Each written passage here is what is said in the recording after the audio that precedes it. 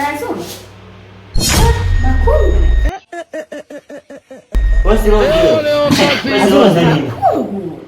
Asuma za nini ndugu yangu? Unapangua kizazi.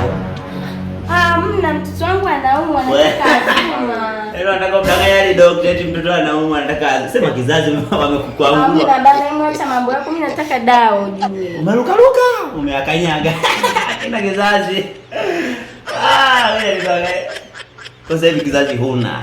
Chukua ile, hebu nipe dawa. Sema Mungu atupe vyake. Amekupa katoto kabla kizazi hakija kwangu. Sasa nataka sinipe mtoto kwa nini? Ili sitopata mtoto. Nimepata mtoto. Sasa hivi unaona hizi nampeleka moto. Yaani wewe chochote.